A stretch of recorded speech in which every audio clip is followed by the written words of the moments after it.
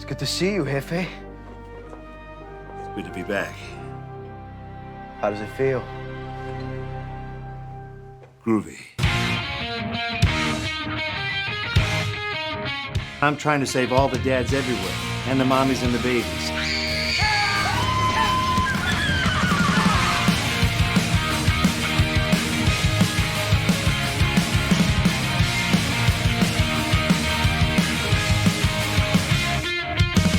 The following is an in-depth story analysis. If you haven't seen Ash vs. Evil Dead, you may want to before watching this video. Happy Halloween, you primitive screwheads. Hooptober may be for the film fellows, but I've always been more of a TV guy. And every October, the question is, what Halloween TV should I tune into this year? Twilight Zone Marathon? Always a classic. Treehouse of Horror Marathon? Also a classic. A Hannibal revisit is always on the table, especially if you're one of the many people who never finished the final season watching it live. The Halloween season is your perfect excuse to finish the job. There's always the following, if you want to watch something that fits both definitions of the term horror show, but if you're looking for utterly shameless, endlessly creative, blood-splattered spectacle, nothing is going to sate your appetite like Ash vs. Evil Dead, the continuation of the Evil Dead franchise 23 years after Army of Darkness that saw the return of creator Sam Raimi and star Bruce Campbell. The two had been working within the oppressive Hollywood film system for years, but you could always rely on drops of their signature styles in their works. All the same, Raimi had been conjuring up plans for an Evil Dead 4 for years. However, the ideas for the proposed sequel were both too long to condense into a typical feature film length, and too difficult to secure funding for on the silver screen. So the Raimi brothers, Campbell, and a notable coterie of their frequent collaborators went to the small screen instead. Freed from the shackles of the overbearing studio structure and let loose in the lawless land of cable television, and even more lawless badlands of stars, audiences would no longer have to get their kicks from dribs and drabs of Raimiisms and Campbell cameos tucked away in the latest blockbuster, and could instead spend 15 straight hours freebasing both of them.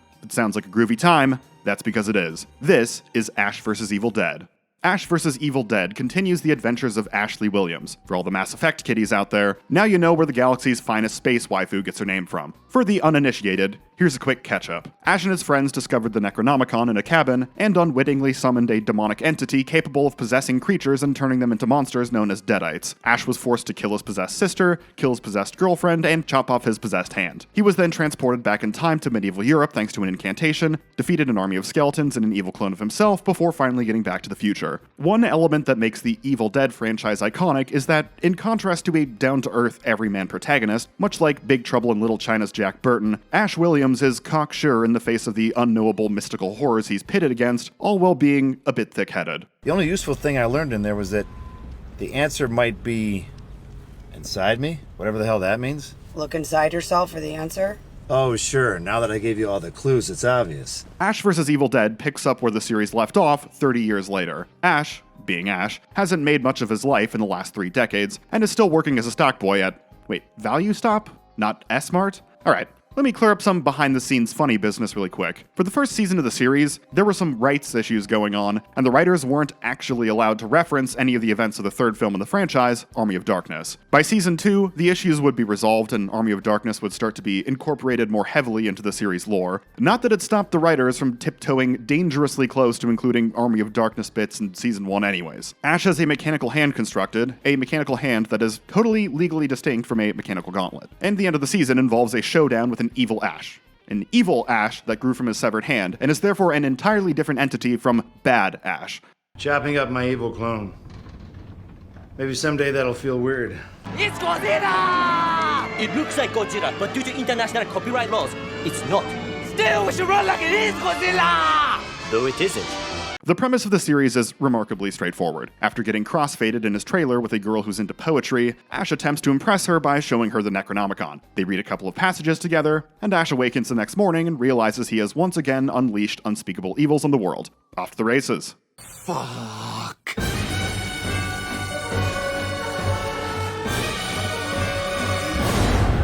Setting off on a road trip to find an occultist who can help him put the evil genie back in the bottle, Ash is joined by 2 co-workers roped into the chaos. Kelly, who's looking to remain in the anger stage of grief by killing as many undead as possible after her parents were killed in a Deadite encounter, and pushover Pablo, who reveres Ash as a chosen one and blindly obeys whatever ill-conceived plans he concocts, and who also tags along in the hopes that Kelly will finally notice his obvious infatuation with her and return his affections. Kill my dad. I hate whatever did this. Yep, that was my takeaway too. Yeah, me too. I also hate this evil.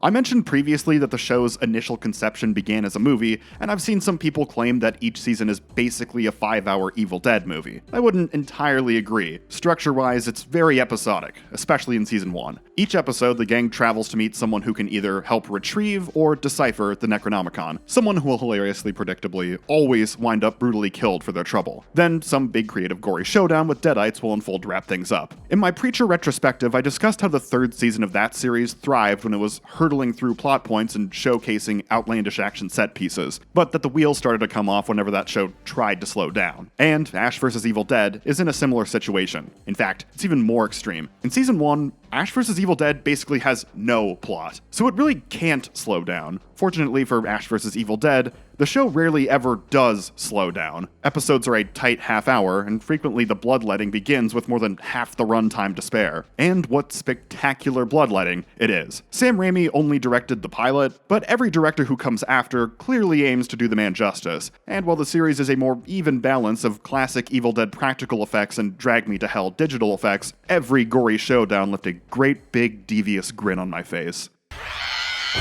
Someone needs to wash your mouth out, kid. And that someone is me. Bruce Campbell returns to form as Ash flawlessly. But then, was there ever any doubt? And the supporting cast archetypes are well written enough, with one big exception that sticks out like a sore thumb. Ash, Kelly, and Pablo form a classic comedy trio. Ash is Mo, Kelly is Larry, Pablo is Curly. Lucy Lawless shows up as Ruby, the season's twist villain that the series barely even tries to hide as the twist villain. Samara Weaving appears in a few late-season episodes in her first Scream Queen role, though her character isn't quite lucky enough to draw the final girl straw, like in the wonderful Ready or Not that would come out a few years later. Just walk that shit off. Oh! Yeah.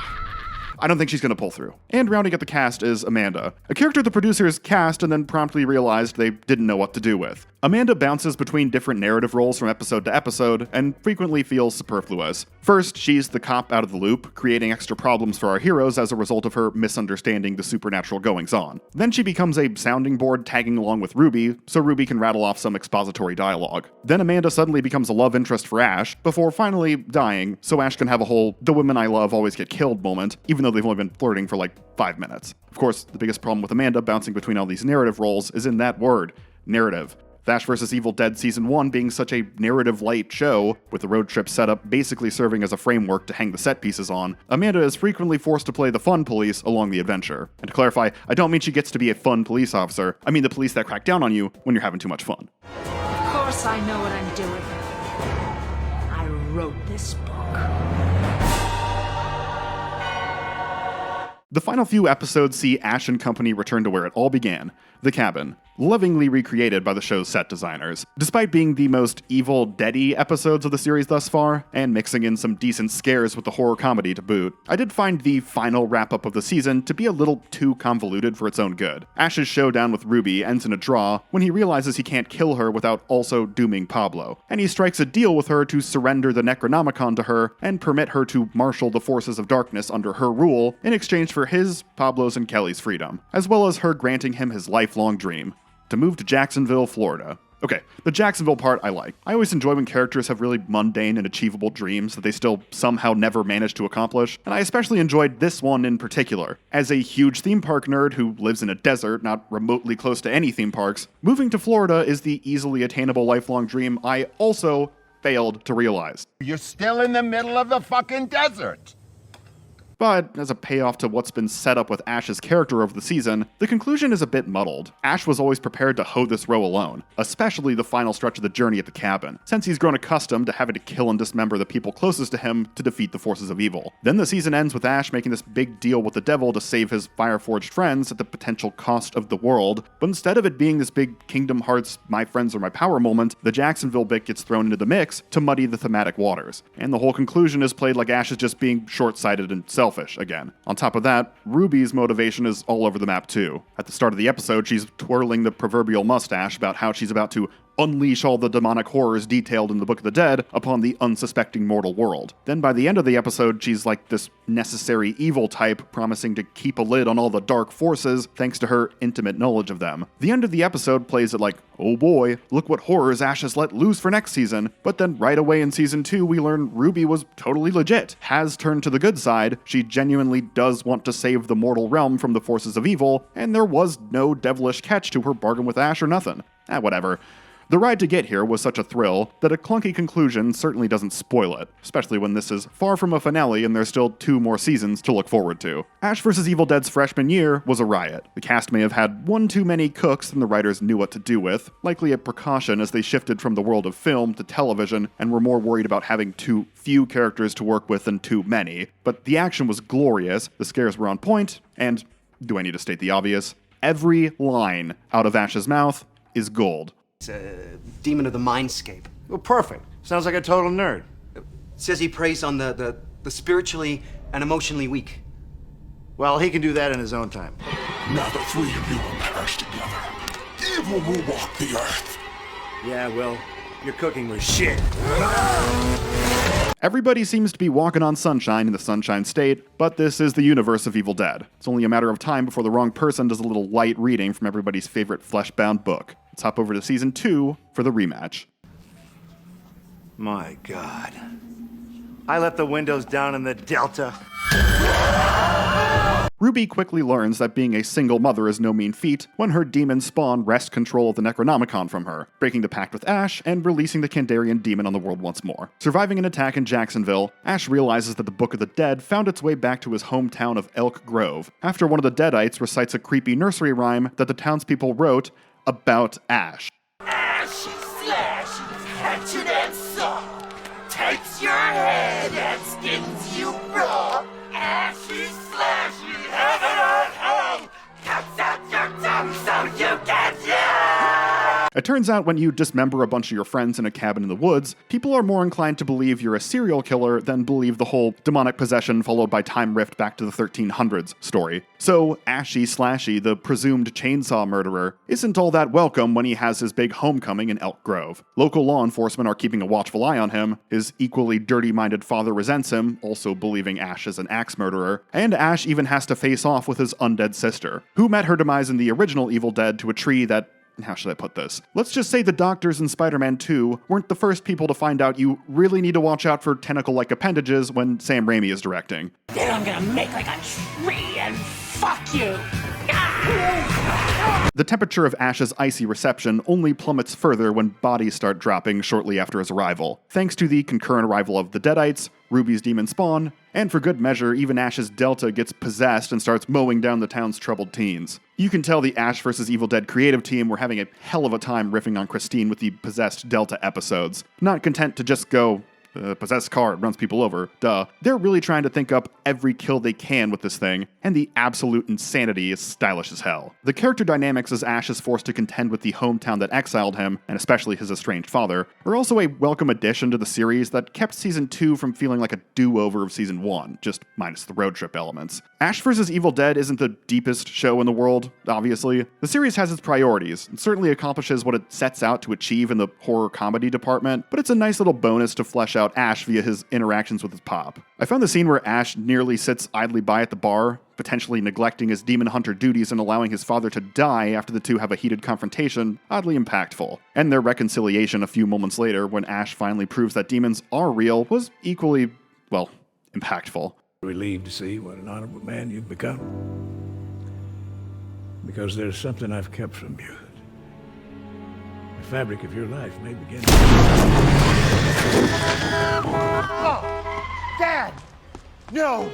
Oh, no!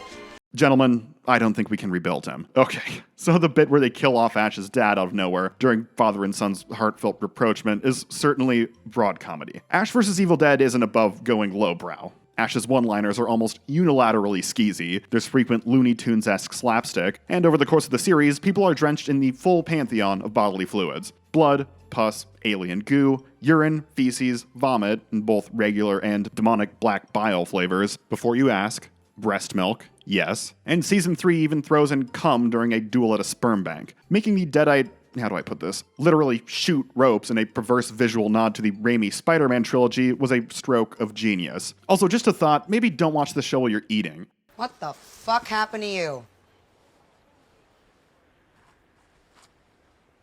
That is a long, sad story involving some unsightly bodily fluids. Ash vs. Evil Dead definitely tilts toward the comedy end of the horror comedy spectrum, but the demise of Ash's dad is like straight out of one of the scary movies. All that being said, it is the fucking funniest thing ever. I was in hysterics the first time I saw this episode, and rewound and rewatched the scene probably 15 times. And when later episodes reference the event or flash back to it, I crack up all over again. Your grandpa was run over by the Delta. Yeah. He told me about the accident. It's amazing he survived. Survived? His head was squashed like a fucking watermelon. Ash, you remember the night I died?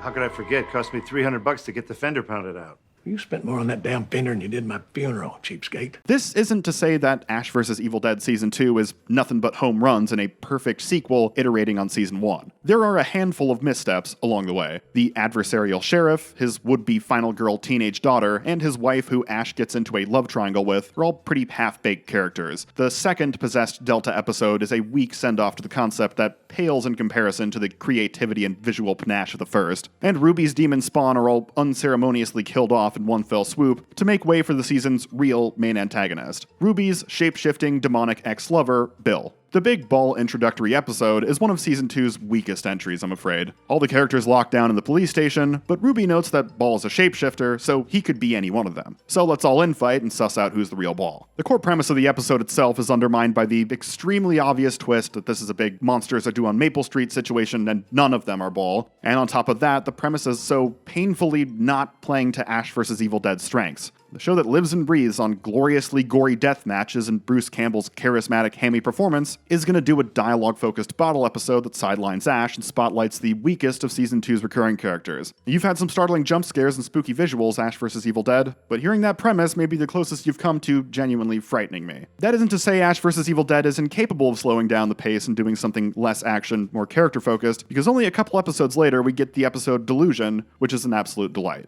Baal abducts Ash and attempts to brainwash him into believing he really is Ashy Slashy, the infamous local serial killer, locked up in a mental institution, and the events of the franchise have all been a coping mechanism after he killed his friends. It's a clever culmination to the mistaken for a serial killer backstory the writers have been working with all season, and as far as iconic Ash vs. Evil Dead ludicrousness, Ashy Slashy, the evil sentient Ash Williams therapy puppet, is sensational. Inspirational, celebrational, muppetational.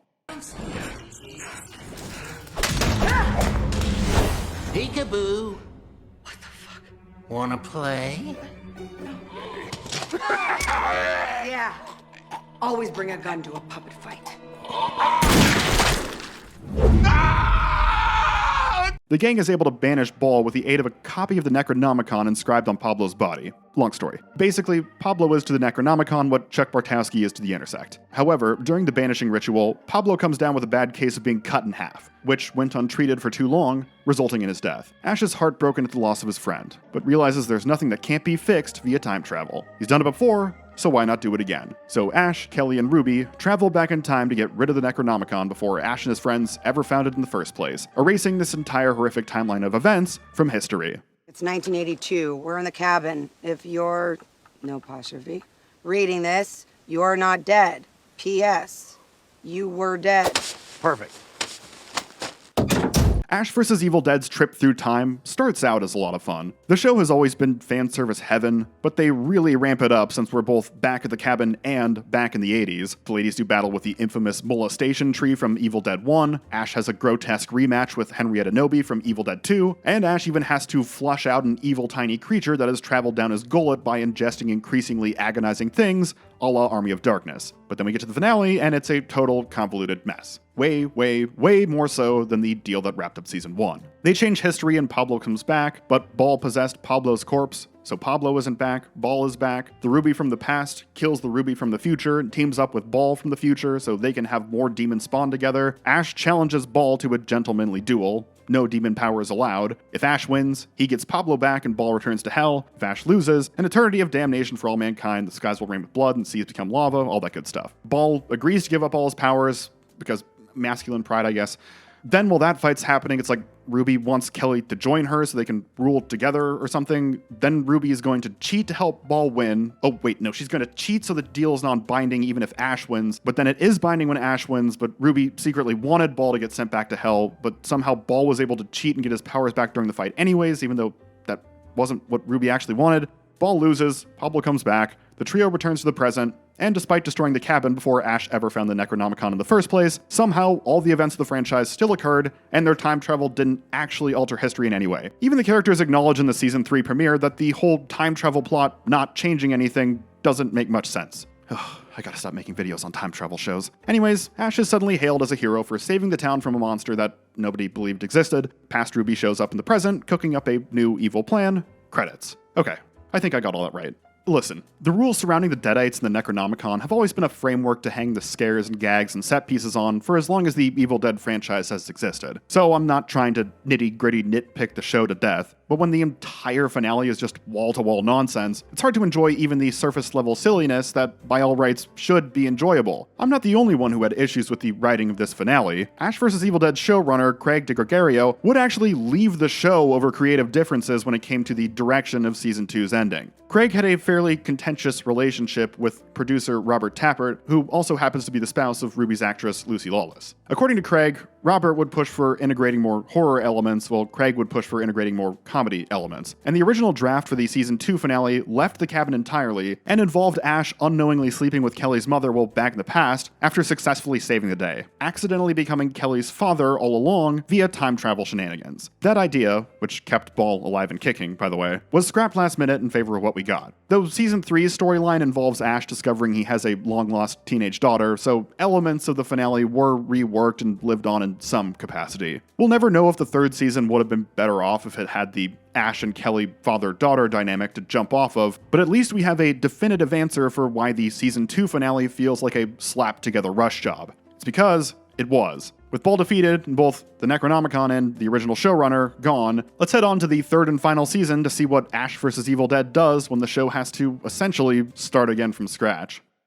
For 30 long years, I've used this saw on monsters and demons. But those battles are won. So now I use it to slash prices! Truly shattering the mold, Season 3 kicks off with someone other than Ash carelessly reading from the Necronomicon after finding it in the woods, reawakening the Kandarian demon. This also quickly draws the attention of the once again sinister Ruby, who uses the book to knock herself up with a rapidly maturing evil clone of Ash, and sends the forces of evil to Elk Grove with a singular mission: purge the world of the Williams bloodline so the only remaining chosen one is the one she's mother to. Unfortunately, this doesn't just imperil Ash himself, but also the long-lost daughter he never knew about, Brandy Barr, daughter of one-night stand Candy Barr. I'm your pop. Father dearest. The old sperm shooter.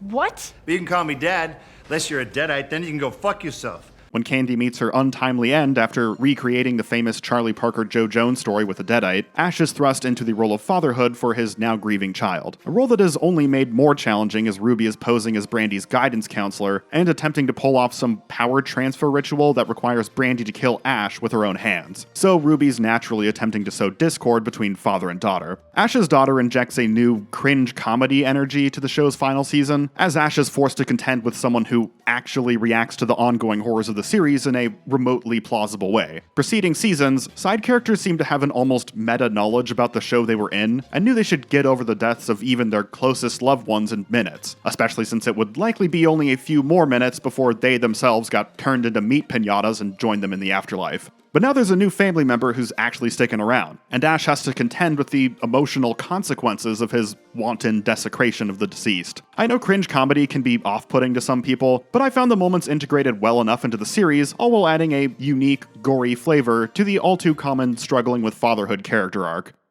We all grieve in our own way.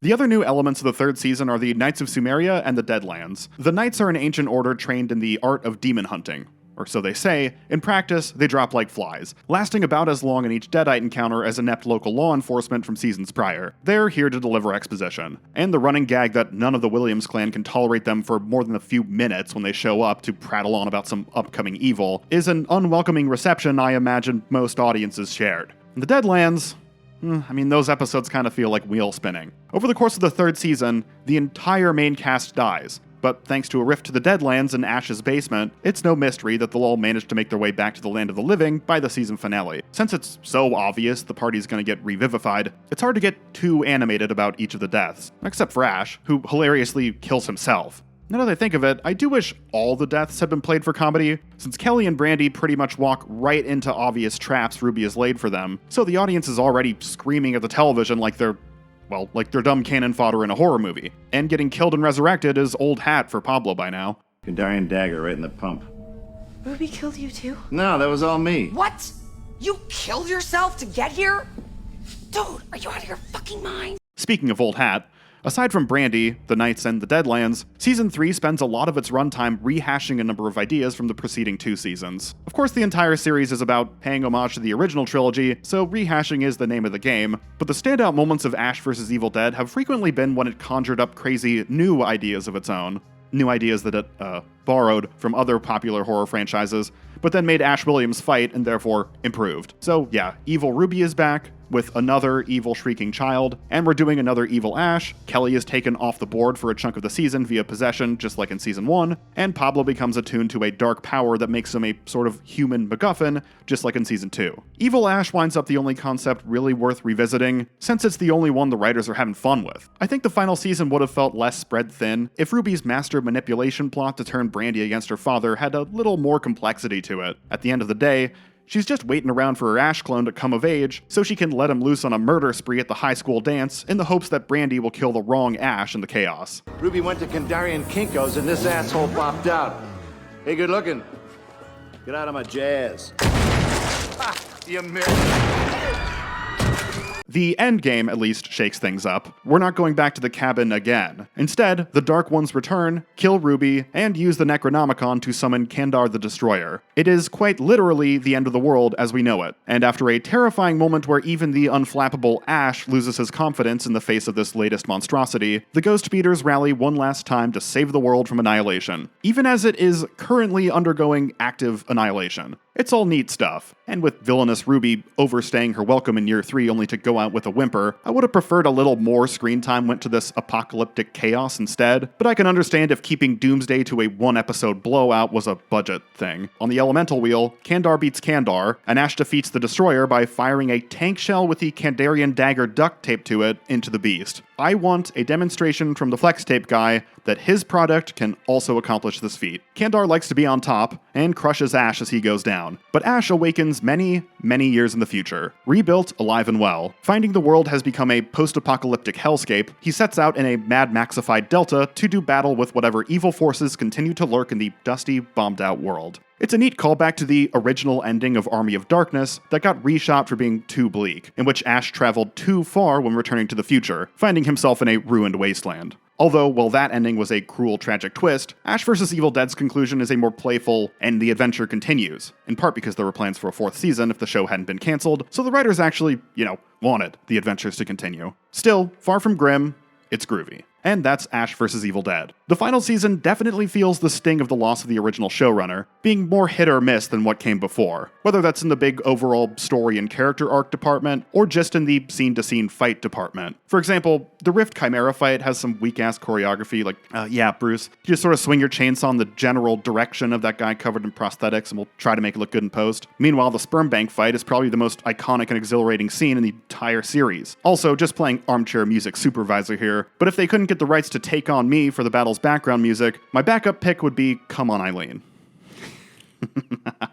And where is the Evil Dead franchise now? Well, Bruce Campbell has claimed this will be his final performance as Ash Williams, but later clarified it would be his final live-action performance. An animated revival of Ash vs. Evil Dead was announced in 2022, but with few updates since. I Have a Curse Upon Me where I'll release these full series retrospectives, only for a new season or revival film to get announced like a day after I release them and make me look like a jackass with an incomplete video. So making this retrospective is my way of weaponizing that curse for the good of the people. We're getting that 4th animated season, baby. I'm willing it to be. As far as the greater Evil Dead franchise as a whole, Evil Dead Rise released this year. Bruce Campbell and the Raimi brothers stated that their intent was to continue releasing new Evil Dead films every 2 or 3 years if Rise was a success. Given Evil Dead Rise received a positive critical reception and became the highest grossing film in the franchise to date, I'd imagine those plans are a go, depending on what the ongoing strikes have to say about the timeline. Have I seen Rise? Not yet. I've been to the Halloween Horror Nights house based on Evil Dead Rise though, and it was awesome. And wait, there was an Ash vs. Evil Dead Horror Nights house back in 2017? Oh, how did I miss that? Oh, it's got Ash and Pablo and Kelly, Henrietta, Knowby, and the Delta, and Ashy Slashy, my favorite. Oh, I can't believe... I gotta find the Necronomicon. I gotta go back in time. I can't believe I missed this shit. Well, that's, happy Halloween, everybody. God damn it!